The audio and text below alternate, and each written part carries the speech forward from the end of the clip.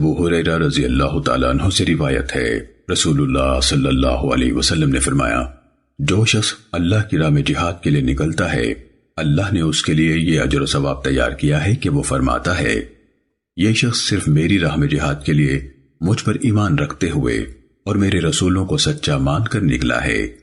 اس لیے میں اسے ضمانت دیتا ہوں کہ یا اسے شہادت سے سرفراز کر کے جنت میں داخل کر دوں گا، یا اسے حاصل ہونے والے ثواب یا غنیمت کے ساتھ اسے اس کے گھر میں واپس پہنچا دوں گا جس سے وہ نکلا تھا۔ پھر فرمایا، قسم ہے اس ذات کی جس کے ہاتھ میں میری جان ہے، اگر یہ بات نہ ہوتی کہ میری وجہ سے مسلمانوں کو مشقت اور تکلیف ہوگی، میں کبھی اللہ کی راہ میں نکلنے والے کسی جہادی دستے سے پیچھے نہ رہتا، لیکن میرے پاس اتنی گنجائش نہیں ہوتی کہ انہیں سواریاں مہیا کر سکوں، اور ان کے پاس اتنی طاقت نہیں ہوتی کہ اپنے خرچ پر میرے ساتھ جہاد کے لیے چلے جائیں، اور نہ مجھ سے پیچھے رہنے پر ان کے دل مطمئن ہوتے ہیں، اس لیے میں بھی بعض اوقات جہاد کے لیے جانے والے لشکر کے ساتھ نہیں جاتا۔ قسم ہے اس ذات کی جس کے ہاتھ میں محمد صلی اللہ علیہ وسلم کی جان ہے، مجھے تو یہ چیز محبوب ہے کہ میں اللہ کی راہ میں جنگ کر کے شہید ہو جاؤں،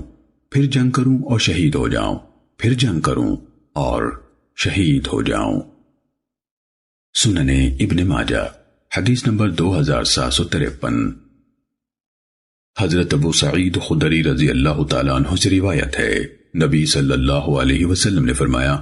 اللہ کی راہ میں جہاد کرنے والے کو اللہ کی طرف سے یہ ضمانت حاصل ہے کہ وہ اسے یا تو شہادت کی موت دے کر اپنی بخشش اور رحمت کے دامن میں لے لے گا، یا پھر ثواب اور غنیمت کے ساتھ واپس گھر لے آئے گا۔ اللہ کی راہ میں جہاد کرنے والا واپسی تک اس روزہ رکھنے والے اور قیام کرنے والے کی طرح ثواب حاصل کرتا ہے جو نفلی روزوں اور نفلی نمازوں سے تھکتا نہیں۔ سننے ابن ماجہ حدیث نمبر 2754۔